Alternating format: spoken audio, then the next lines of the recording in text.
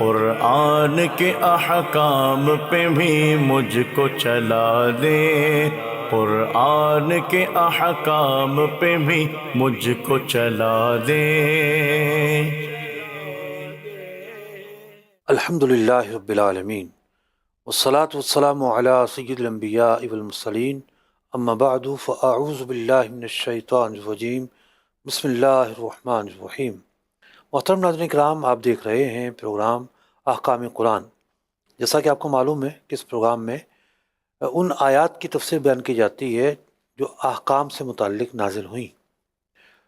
پچھلے پروگرام میں ہم نے سورہ نمل سے ایک منتخب آیت جو ہے اس کی تشریح بیان کی، اس کی تفسیر بیان کی۔ ہمارے پیش نظر اس وقت سورہ روم ہے۔ سورہ روم مکی صورت ہے۔ لفظ روم کا کیا معنی ہے؟ روم جو ہے آج کل تو اٹلی کا ایک شہر ہے، لیکن روم سے مراد یہ شہر مراد نہیں ہے، وہ ماضی کی سلطنت مراد ہے جسے بازنطینی سلطنت بھی کہتے تھے، کہ جہاں پر نصارہ جو ہیں وہ حکومت کرتے تھے، ان کا ایک بادشاہ ہوا کرتا تھا، اور استنبول جو ہے سلطنت کا دارالحکومت ہوا کرتا تھا۔ تو یہ بہت بڑی سلطنت ہوا کرتی تھی، تو یہ سلطنت روم کہلاتی تھی۔ نصارہ کی دو بڑی ریاستیں تھیں، ایک وہ تھی کہ جس پر حکمران حکومت کرتے تھے، وہ یہ روم کی ریاست ہوا کرتی تھی۔ ایک وہ ہوتی تھی کہ جس پر ان کے جو مذہبی پیشوا ہیں وہ حکومت کیا کرتے تھے، اور ایسی حکومت جو ہے وہ یورپ سائڈ پر تھی۔ ویسے تو یہ علاقہ بھی یورپ میں آتا ہے، لیکن یہ وہ علاقہ ہے کہ جہاں اس کے بعد پھر کئی مسلمان ریاستوں کا قیام عمل میں آیا۔ آج کل جو ہے ترکی کی جو ریاست ہے اس کا بڑا حصہ اسی پر مشتمل ہے۔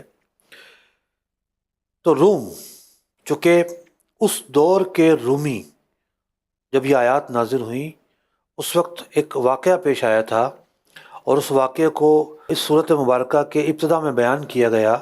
اس بنیاد پر روم کا لفظ بھی آیا، اس بنیاد پر اس صورت کا نام سورہ روم پڑا۔ یہ مکی صورت ہے، اور جیسا کہ مکی صورتوں کے مضامین ہوتے ہیں، اس صورت میں بھی توحید، رسالت، حیات بعد الموت، قیامت، جزا اور سزا پر دلائل بیان کیے گئے ہیں۔ اس صورت مبارکہ میں جو پورا روم کے حوالے سے پس منظر ہے، اس میں صحابہ کرام علیہ مردوان کو تسلی اور ان کو جو خوشی حاصل ہوئی اس کے تعلق سے گفتگو کی گئی ہے۔ نبی اکرم علیہ الصلوۃ والسلام نے ایک مرتبہ اس صورت کو فجر کی نماز میں پڑھا، اور اس حدیث پاک کو نقل کیا امام ابن شیبہ نے، امام احمد بن حنبل رضوان اللہ تعالیٰ علیہم اجمعین نے۔ حضرت ابو روح نقل کرتے ہیں کہ نبی اکرم علیہ الصلوۃ والسلام نے سورت کو صبح کی نماز میں پڑھا۔ آپ کو کچھ تردد ہوا۔ سلام کے بعد، نماز سے فارغ ہونے کے بعد آپ نے ارشاد فرمایا کہ بعض لوگ اچھے سے وضو کیے بغیر نماز پڑھنے کے لیے آ جاتے ہیں، تو فرمایا کہ ان کی وجہ سے مجھے اشتباہ ہوتا ہے، لہٰذا جو نماز پڑھنے کے لیے آئے تو وہ اچھے سے وضو کرے۔ تو سورہ روم جو ہے اس کی تلاوت نبی اکرم علیہ الصلوۃ والسلام فرما رہے تھے۔ ایک تو یہ بات پتہ چلی کہ اگر نمازیوں کی طہارت میں کوئی نقص ہو تو اس سے امام کو جو ہے وہ صورت میں اشتباہ واقع ہوتا ہے، خلل واقع ہوتا ہے۔ نبی اکرم علیہ الصلوۃ والسلام کو اللہ تعالیٰ نے بے پناہ کمالات عطا فرمائے تھے۔ بھول جانا آپ کے ذات میں نہیں پایا جاتا، بلکہ بھلایا جانا پایا جاتا ہے۔ ایک حدیث میں فرمایا گیا کہ مجھے بھلایا جاتا ہے تاکہ تمہارے لیے تعلیم قائم ہو۔ خلاصہ عرض کیا میں نے، مثال کے طور پر کسی رکعت میں آپ بھولے ہیں، پیچھے سے کسی نے لقمہ دیا ہے، تو یہ اب نماز میں کس طرح فیس کیا جائے گا، اب نماز کے کیا احکام ہوں گے؟ تو یوں حضور اکرم علیہ الصلوۃ والسلام بعض اوقات بھلائے جاتے ہیں۔ تو یہ سورہ روم ہے، اور اس صورت مبارکہ میں شروع میں جو 5 آیت مبارکہ ہیں اس کے تعلق سے کچھ احکام ایسے ہیں، ضروری احکام، معاملات کے احکام، عصر حاضر میں بھی ان کی بڑی بحث کی جاتی ہے کہ جن احکام کا جو استدلال ہے وہ کیا جاتا ہے، تو اس بنیاد پر یہ جو آیات مبارکہ ہیں بڑی اہم ہیں۔ آئیے بڑھتے ہیں ان آیات کی تلاوت کی طرف۔ پہلے تلاوت اور ترجمہ سنتے ہیں۔ قرآن رہنما ہے، جنت کا راستہ ہے۔ الف لام میم، غلبت الروم فی ادنى الارض وهم من بعد غلبهم سيغلبون في بضع سنين لله الأمر من قبل ومن بعد ويومئذ يفرح المؤمنون بنصر اللہ ینصر من یشاء وهو العزیز الرحیم۔ ترجمہ کنز الایمان۔ رومی مغلوب ہوئے پاس کی زمین میں، اور اپنی مغلوبی کے بعد عنقریب غالب ہوں گے۔ چند برس میں حکم اللہ ہی کا ہے، آگے اور پیچھے، اور اس دن ایمان والے خوش ہوں گے۔ اللہ کی مدد سے وہ مدد کرتا ہے جس کی چاہے، اور وہی ہے عزت والا مہربان۔ ناظرین کرام، دو بڑی عالمی طاقتیں، ایک شاہ روم اور دوسرا شاہ فارس خسرو پرویز، ان دونوں سلطنتوں کی جنگ ہو جاتی ہے، اور جنگ بھی ملک شام کے قریب ترین حصے پر واقع ہوتی ہے، اور ایرانی جو ہیں اہل فارس والے وہ جیت جاتے ہیں۔ اب مسلمانوں کے نزدیک اور کفار کے نزدیک ایک ایک فیوریٹ ٹیم تھی۔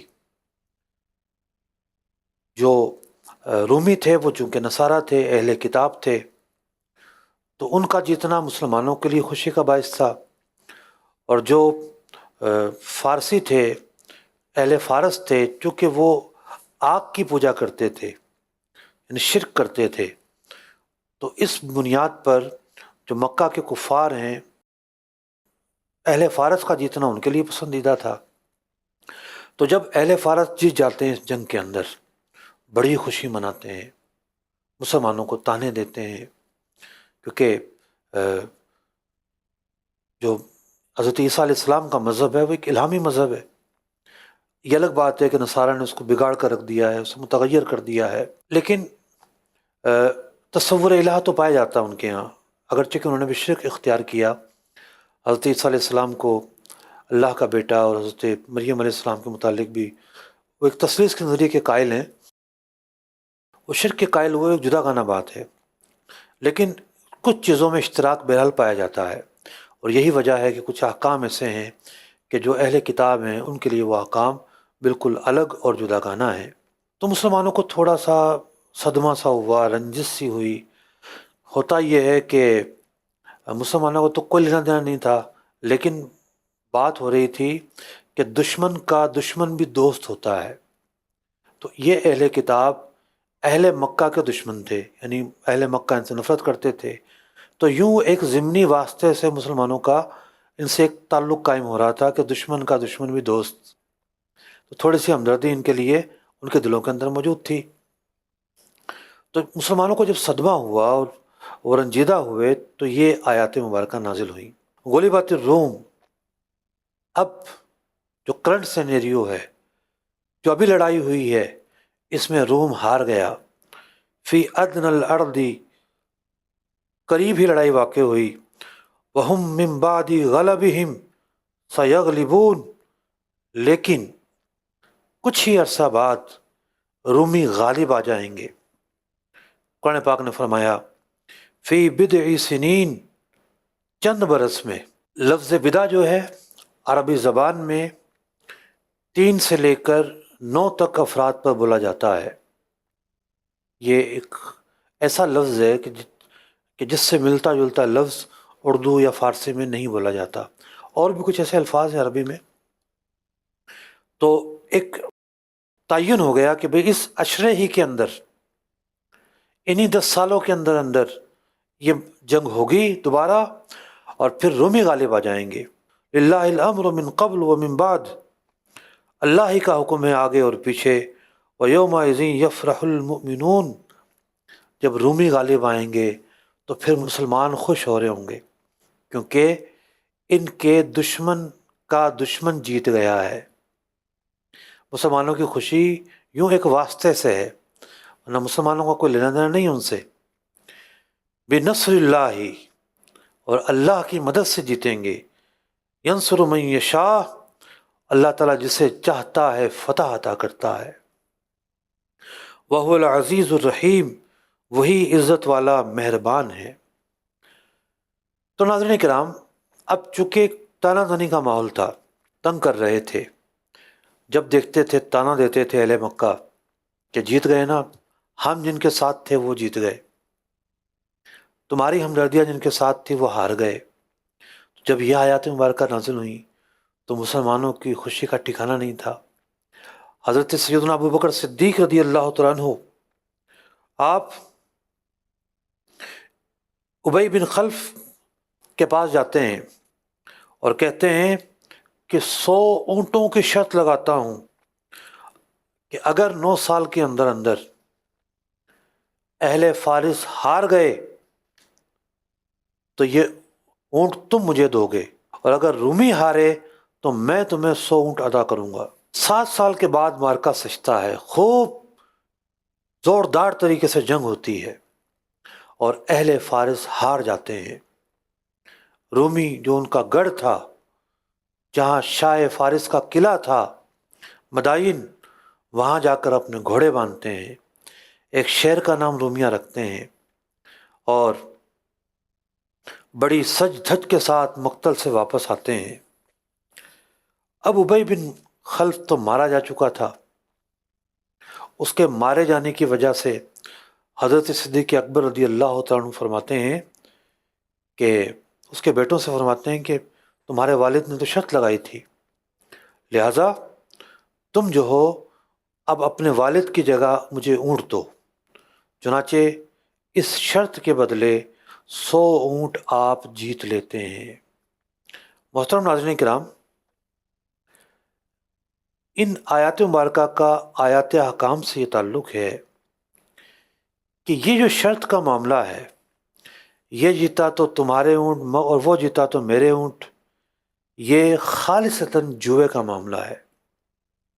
سوال یہ پیدا ہوتا ہے، حضرت صدیق اکبر رضی اللہ تعالیٰ عنہ نے یہ شرط کیوں لگائی تھی؟ علماء نے اس کے 2 جوابات دیے ہیں۔ ایک جواب تو یہ دیا ہے کہ اس وقت تک جوا حرام نہیں ہوا تھا،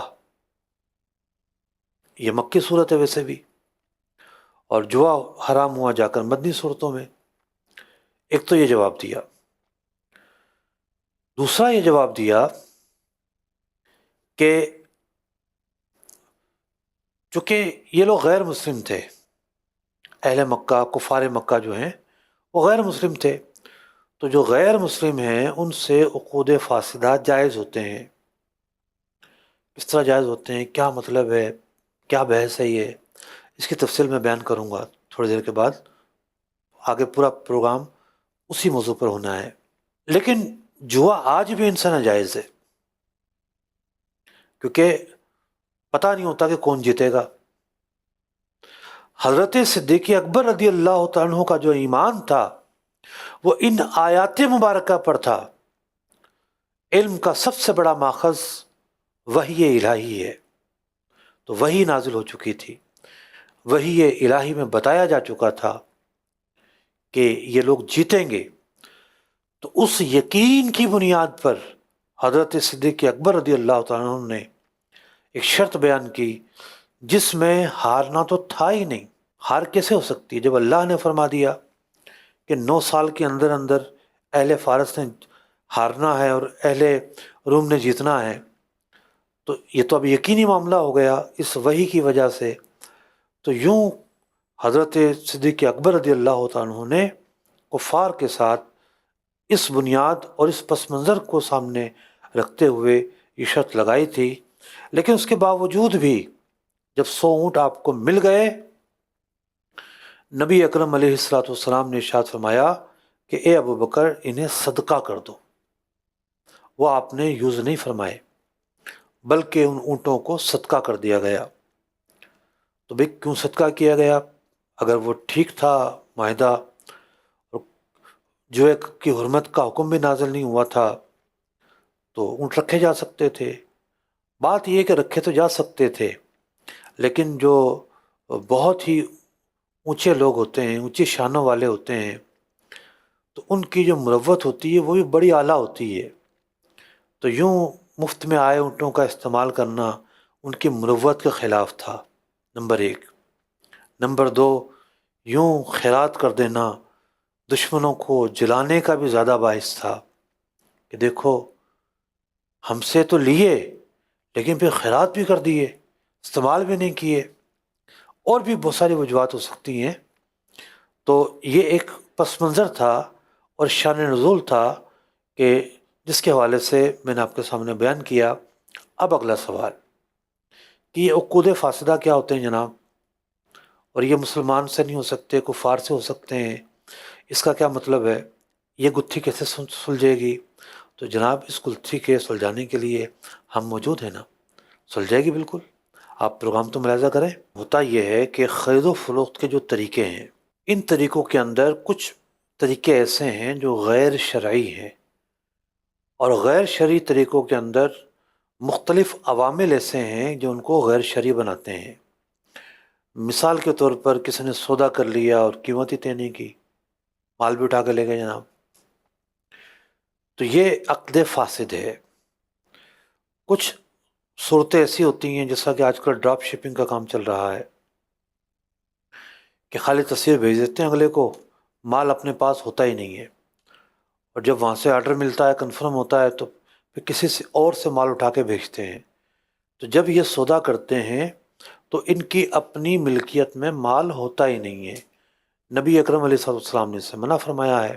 نبی اکرم علیہ الصلوۃ والسلام نے ارشاد فرمایا لا تبع ما لیس عندک، جو چیز تیری ملکیت میں نہ ہو تو اسے نہ بیچ۔ اب ڈراپ شپنگ میں سارا یہی ہو رہا ہے۔ تو یہ ہے عقد باطل۔ عقد جو باطل ہے، کچھ اسباب ایسے ہیں جن سے عقد باطل ہوتا ہے، یہ بڑی غلطی ہوتی ہے۔ کچھ عقد وہ ہیں جن سے عقد فاسد ہوتا ہے، جیسا کہ ایک مال منگوایا، قبضہ کیا ہی نہیں، ابھی تو وہ راستے میں ہے اور اس کو پہلے ہی بھیج دیا۔ ایک کسی سے مال خریدا، اس نے کہا وہ تو گودام میں رکھا ہوا ہے، تو مال اٹھانے سے پہلے کسی اور کو بھیج دیا، قبضہ کرنے سے پہلے۔ تو یہ عقد فاسد کی صورت ہے۔ تو یہ مل ملا کے کچھ 40 کے قریب اسباب بنتے ہیں عقد کے باطل یا فاسد ہونے کے۔ ایک تاجر کے لیے ان مسائل کا سیکھنا، ان اسباب کا سیکھنا فرض عین ہے۔ نہیں سیکھے گا تو گناہ گار ہوگا۔ اس پر بڑی تفصیل کے ساتھ میں نے کام کیا ہے اور کافی حد تک وہ کام تیار ہے۔ اللہ نے چاہا تو کچھ عرصے میں منظر عام پر آئے گا۔ اور خالصتاً مقصد یہ ہے کہ ایک تاجر کو پتہ ہونا چاہیے کہ وہ 40 اسباب کون سے ہیں کہ جس سے میرا جو سودا ہے وہ حرام ہو جاتا ہے، اس کی آمدنی حلال نہیں رہتی۔ اتنی محنت کر کے بھی آمدنی حلال نہ ہو تو بتائیے پھر حاصل کیا ہوا؟ تو عقد کہتے ہیں کانٹریکٹ کو۔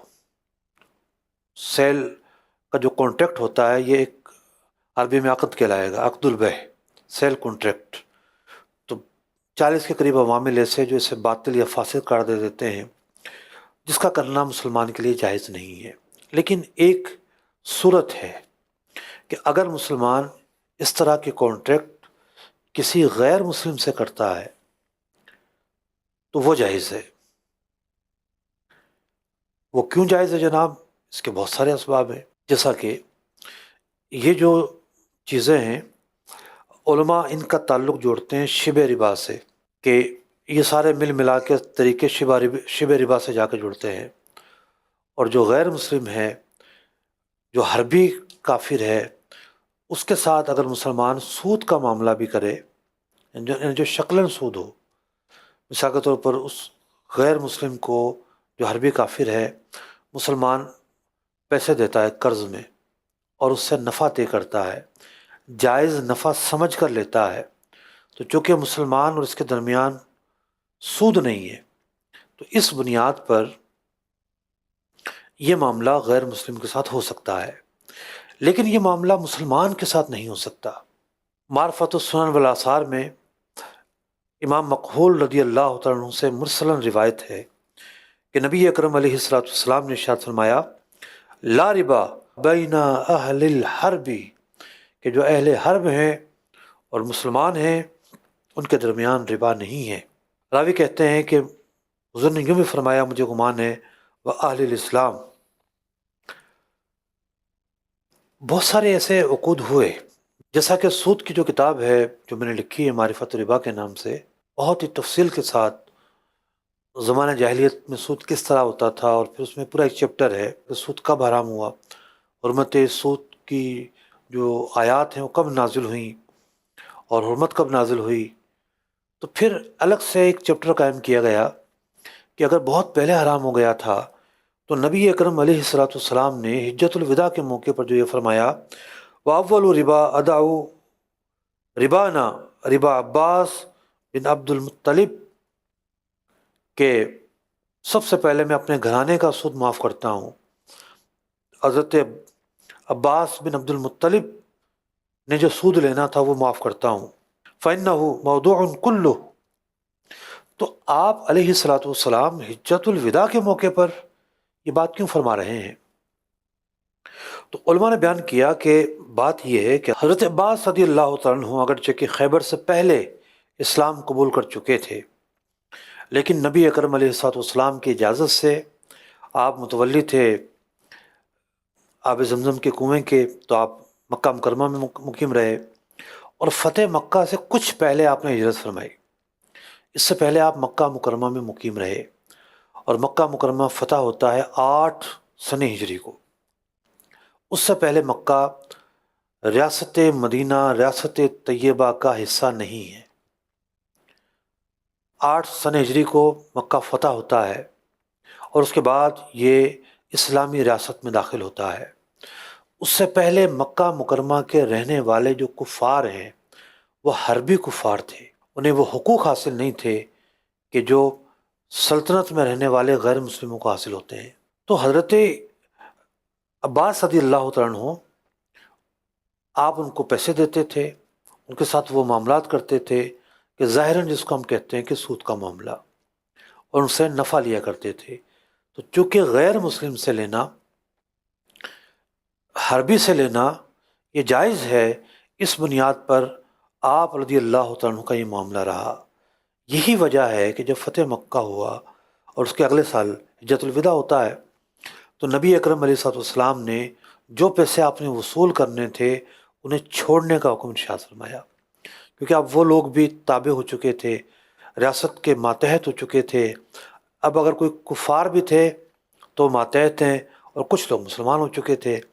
تو یہ پورا اس کا ایک پس منظر ہے، اور علماء نے اس کو بہت تفصیل کے ساتھ بیان کیا ہے، اور پورے حوالہ جات کے ساتھ اللہ نے چاہا تو ہماری جو کتاب ہے معرفت ربا، اس کی تفصیل آپ اس کتاب میں ملاحظہ فرمائیں گے۔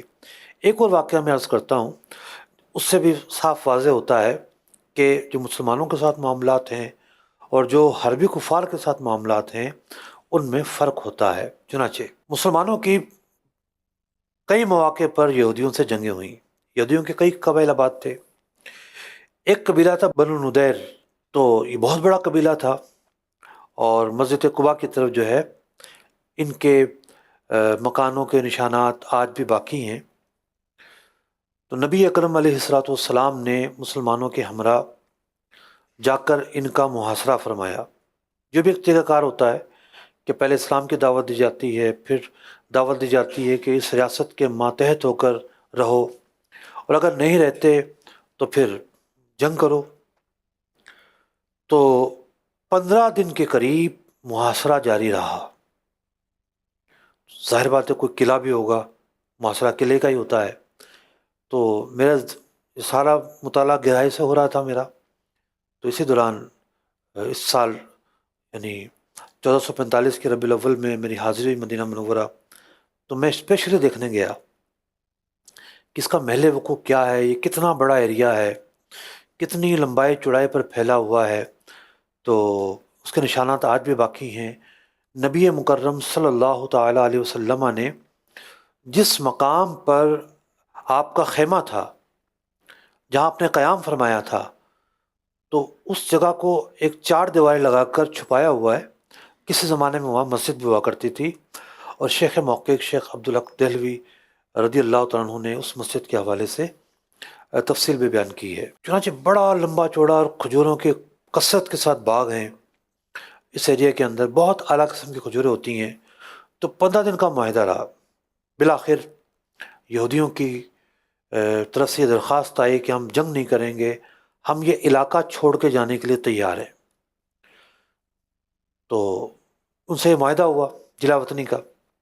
اب وہ کہنے لگے کہ اصل میں ہمیں بہت سارے پیسے لینے ہیں اہل مدینہ سے، ان کا کام کاج تھا۔ تو نبی اکرم علیہ الصلوۃ والسلام نے انہیں ایک آفر عطا فرمائی، فرمایا دعوا وتعجلوا، کہ جتنے بھی پیسے تمہارے بنتے ہیں ان میں سے کچھ چھوڑ دو، اس شرط پر کہ لوگ فوری ادا کر دیں۔ ظاہر بات ہے کسی نے 6 مہینے کی ادار پر مال اٹھایا ہوگا، کسی نے سال کی ادار پر مال اٹھایا ہوگا، تو انہیں یہودیوں کو یہ کہا گیا نبی مکرم صلی اللہ علیہ وسلم کی طرف سے کہ تم یہ آفر کرو لوگوں کو کہ بھی فوری رقم ادا کر دو، فوری رقم ادا کرو گے تو قرض میں کمی کر دی جائے گی۔ چنانچہ پھر انہوں نے یہی کیا، لوگوں نے پیسے ادا کر دیے۔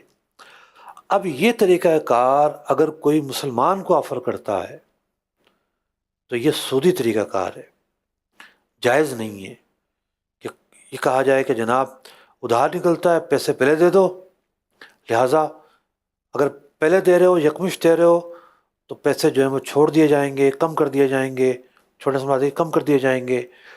تو یہ جو طریقہ کار ہے جسے دعوۃ وتعجل بھی کہا جاتا ہے، تو یہ طریقہ کار مسلمان کے ساتھ کرنا جائز نہیں ہے، سوائے 2 کانٹریکٹ ایسے ہیں کہ وہاں کیا جا سکتا ہے۔ ایک عقد مرابحہ ہوا ہو، پورا ایک کانٹریکٹ ہوتا ہے مرابحہ۔ مرابحہ کا خلاصہ یہ ہے کہ جہاں آپ قیمت بتا کر، نفع بتا کر سودا کرتے ہیں، جس کو مال بیچ رہے ہیں اس کو بتاتے ہیں کہ یہ میں نے اتنے کا خریدا، ایکسپنس شامل کر کے اتنے کا پڑا، یا ہم جنرلی کہہ دیں کہ اتنے کا مجھے پڑا ہے اور میں آپ کو اتنے کا بیچ رہا ہوں۔ اپنی قیمت، اپنی لاگت بتا کر، اپنی جو قیمت خرید اور ایکسپنس ہے وہ بتا کر پھر سامنے والے کو بیچنا، یہ مرابحہ کانٹریکٹ کہلاتا ہے۔ اسے عقد امانت بھی کہتے ہیں۔ تو اگر کسی کا مرابحہ کانٹریکٹ ہوا ہے تو اس کے اندر اس بات کی گنجائش ہے کہ کوئی شخص اگر 6 مہینے کی ادھار تھی اس کی اور وہ 2 مہینے بعد ہی پیسے لے آیا، تو اب جتنا نفع بنتا تھا اس کو ڈیوائڈ کیا جائے گا 6 مہینوں پر، اور پھر 4 مہینے کا نفع چھوڑ دیا جائے گا، 2 مہینے کا نفع وہ رکھے گا۔ مرابحہ کانٹریکٹ میں یہ گنجائش ہے۔ اور دوسری امام اہل سنت اعلیٰ حضرت رضی اللہ تعالیٰ عنہ نے بیع المعاملہ کے تعلق سے اس کی اجازت عطا فرمائی ہے، اور بیع المعاملہ کی اپنی تفصیل ہے، علامہ شامی علیہ الرحمٰن نے اس کو بہت تفصیل کے ساتھ بیان کیا ہے، اور فتاوی رضیہ شریف میں بھی اس کی تفصیل بیان کی گئی ہے۔ ان دونوں کے علاوہ کوئی اور تیسرا کانٹریکٹ ایسا نہیں ہے کہ جہاں دعوۃ وتعجل کی صورت پائی جائے۔ تو ناظرین کرام، ان دونوں واقعات سے آپ کو پتہ چلا کہ جو شریعت کے احکام ہیں اس کا دار و مدار دلائل پر ہے۔ نبی اکرم علیہ الصلوۃ والسلام کے قول، فعل اور تقریر سے جو بات ثابت ہوگی ان کو سامنے رکھتے ہوئے ہم حلال یا حرام کا حکم بیان کریں گے۔ تو اس معاملے کے اندر کیوں تفصیل ہے، مسلمان کا اور حربی غیر مسلم کا کیوں فرق ہے، اس کا میں نے آپ کے سامنے پورا پس منظر بیان کیا ہے۔ اب آج کے زمانے میں بہت سارے ایسے مسائل ہیں جو درپیش ہیں، جیسا کہ جو مسلمان غیر مسلم ملکوں میں رہتے ہیں تو وہاں ان کو مورگیج پر گھر خریدنے پڑتے ہیں، اور مورگیج پہ خریدنے کا مطلب یہ ہے کہ وہ سودی قرضے پر گھر اٹھا رہے ہیں ایک طرح سے۔ وہاں پر 20 سالہ مورگیج پہ گھر ملتے ہیں، اور اگر ایک مسلمان عام طریقے سے خریدنا چاہے تو آسان نہیں ہوتا اس کے لیے، انتہائی شدید مشکل ہوتا ہے، اور یہ جو گھر ہیں یہ کرائے سے بھی سستے پڑ جاتے ہیں۔ 20 سال تک جو کرایہ دے رہے ہیں، جتنا کرایہ دے رہے ہیں اس سے بھی کم پیسے دینے پڑتے ہیں اور گھر ان کے نام ہو جاتا ہے۔ اب یہاں ایک بڑا باریک نقطہ ہے، اس کو سمجھنے کی ضرورت ہے۔ ایک ہے کہ مسلمان قرضہ دے اور نفع لے، یہ طریقہ جائز ہے، غیر مسلم کے ساتھ کرے تو، ہر بھی غیر مسلم کے ساتھ۔ اور ایک یہ ہے کہ مسلمان جو ہے وہ سامنے والے سے قرضہ لے اور اس کو نفع دے، یہ طریقہ جائز نہیں ہے، اگرچہ کہ سامنے والا غیر مسلم ہو، کیونکہ اس میں اس کو فائدہ پہنچانا پایا جا رہا ہے، اس کی علماء نے اجازت نہیں دی ہے۔ تو مورگیج کے طریقے میں یہی دوسری صورت پائی جاتی ہے، لیکن وہاں ضرورت بہت زیادہ متحقق ہے، تو یہی وجہ ہے کہ معاصر علماء نے اس صورت کو اختیار کرنے کی کنڈیشنل اجازت دی ہے کہ رہنے کا گھر ہے اس میں ایسا کر سکتا ہے، گاڑی ہے اس میں ایسا کر سکتا ہے، کیونکہ اس میں مسلمان قرضہ لے رہا ہے اور نفع دے رہا ہے۔ اور اسی طریقے سے اگر دکان ہے جس میں اس کو کام کرنا ہے، یہ 3 چیزیں ہیں۔ ایسا نہیں کہ گھر کا مطلب ہے 2 گھر اٹھا لیے، 3 گھر اٹھا لیے اور جناب ریئل اسٹیٹ کا کام شروع کر دیا، یا گاڑی اٹھا کے کرائے پہ شروع کر دی۔ ہاں کسی کی ٹیکسی ہے تو وہی کام کر سکتا ہے، ایک ٹیکسی لے سکتا ہے، اس طریقے سے جس قدر ضرورت ہوتی ہے اسی قدر رخصت دی جاتی ہے، اس سے زیادہ رخصت نہیں دی جاتی۔ تو بہت سارے علماء ہیں جنہوں نے مورگیج کی اجازت دی ہے، حضرت تاج الشریعہ مفتی اختر رضا خان صاحب ہیں، فتح بریلی میں اجازت دی گئی ہے، دارالافتاء اہل سنت کے جو فتاوی جاری ہوتے ہیں وہ اسی منہج پر جاری ہوتے ہیں، اسی حکم پر جاری ہوتے ہیں۔ تو یوں جو ہے وہ بہت سارے احکام کا جو حکم ہے وہ الگ سے ہے۔ کیوں الگ سے ہے؟ ان آیات مبارکہ کی تفسیر کی برکت سے آج آپ نے پورے شر و بست کے ساتھ، شر و بست تو خیر نہیں کہیں گے لیکن بہت تفصیل کے ساتھ آپ نے ان چیزوں کو سنا۔ شر و بست تو یہ ہوتی ہے کہ جناب بندہ پورے ہفتے کی کلاس لے 4 گھنٹے کی، جب جا کے ہم کہہ سکتے ہیں کہ واقعی تھوڑی سی شر و بست ہوئی ہے، ورنہ تو یہ خلاصہ ہے اور ایک اجمالی تفصیل ہے۔ اور یوں پبلک کو ایڈریس کرتے ہوئے اس طرح کے خشک جو مسائل ہیں، خشک مسائل ویسے میرے حصے میں آئے ہوئے ہیں، ٹھیک ہے، تو چلیں اللہ کا فضل ہے۔ کچھ موضوعات ایسے ہوتے ہیں جو پاپولر زیادہ ہوتے ہیں، مشہور زیادہ ہوتے ہیں، ذرا بولو تو پھر بڑی جناب ویورشپ بھی ملتی ہے، اور ہمارے ہاں تو ٹی وی سوئچ کرنے نہیں سوچتا ہے بندہ، مسائل خشک ہیں۔ تو احکام تجارت کا معاملہ ہو، تو چونکہ یہ بنیادی مسائل ہیں، ان کا تعلق مسلمانوں کے ایک شعبہ زندگی سے ہے۔ ایک مسلمان کی جو زندگی ہے بہت سارے شعبے ہوتے ہیں، اس کو نماز بھی پڑھنی ہے، روزہ بھی رکھنا ہے، حج زکوٰۃ کا معاملہ بھی ہے، نکاح طلاق کا معاملہ بھی ہے، عمومی موضوعات بھی ہیں، لیکن یہ موضوعات بھی تو ایڈریس کرنے کی ضرورت ہے نا۔ تو یہ موضوعات آپ کو کب پتہ چلیں گے؟ تو مدنی چینل جو ہے گلدستہ ہے، اس میں طرح طرح کی خوشبوئیں ہیں۔ تو یہ جو ہمارے حصے میں ہے تھوڑا سا خشک ضرور ہے، لیکن بعض لوگ مجھ سے پوچھتے ہیں مفتی صاحب آپ تجارت کے مسائل بتاتے ہیں، کیسے بتاتے ہیں؟ میں نے کہا بھائی میں خالی ٹی وی پہ بیٹھ کر تجارت کے مسائل بتاتا ہوں، ورنہ تو میں دارالافتاء میں سارے مسائل بتاتا ہوں۔ میرے پاس 4 دارالافتاء ہیں، جس میں سے 3 جو ہیں وہ تجارت کے لیے نہیں ہیں، صرف ایک تجارت کے لیے ہے۔ 3 میں تو سارے مسائل آ رہے ہوتے ہیں، نکاح طلاق، روزانہ طلاق کے مسائل آ رہے ہوتے ہیں، نمازوں کے مسائل آ رہے ہوتے ہیں، سارے مسائل جو ہیں وہ اس پر ہم فتویٰ دے رہے ہوتے ہیں۔ اللہ رب العزت سے دعا ہے اللہ تعالیٰ شرح صدر فرمائے، دین کا سیکھنا، سمجھنا، عمل کرنا ہمارے لیے آسان فرما دے، اور یہ جو مشکل مسائل ہیں اس کا سمجھنا بھی آسان فرما دے، اور ہمیں تسلیم کرنے والا بنائے۔ رضا اور تسلیم کا اللہ رب العزت ہمیں پیکر بنا دے۔ بعض لوگ سننے کے لیے تیار نہیں ہوتے، بعض سن لیتے ہیں، ذہن بناتے ہیں ہم نے تو عمل نہیں کرنا، بعض ذہن بناتے ہیں عمل کرنا ہے لیکن مشکلات آتی ہیں، پختگی نہیں ہوتی۔ قوت ایمانی دیکھیے نا آپ حضرت صدیق اکبر رضی اللہ تعالیٰ عنہ کی، قرآن نے فرما دیا ہے کہ اہل روم جو ہیں وہ جیتیں گے تو جیتیں گے، شرط تک لگا دی۔ یہ قوت ایمانی تھی ان کی کہ جو قرآن نے کہا ہے وہ حق ہی حق ہے، کیسے ہے کہ وہ حق نہ ہو۔ یوں ایک مسلمان کا ایمان قوی ہونا چاہیے کہ شریعت جن باتوں کی طرف بلا رہی ہے، علماء جو باتیں آپ کو بتاتے ہیں وہ قرآن و حدیث کی باتیں ہوتی ہیں، یہ باتیں غلط نہیں ہو سکتی، یہ باتیں حق پر مشتمل ہوتی ہیں، ان پر عمل کریں آپ، اور ان پر عمل نہ کرنا سراسر گھاٹا ہی گھاٹا ہے۔ اللہ پاک ہمیں نقصان سے بچائے، ہماری آخرت محفوظ فرمائے، ہماری آخرت نجات والی بنائے، فلاح اور کامرانی والی بنائے۔ آمین بجاہ النبی الامین صلی اللہ تعالی علیہ وسلم۔ قرآن کے احکام پہ بھی مجھ کو چلا دے، قرآن کے احکام پہ بھی مجھ کو چلا دے۔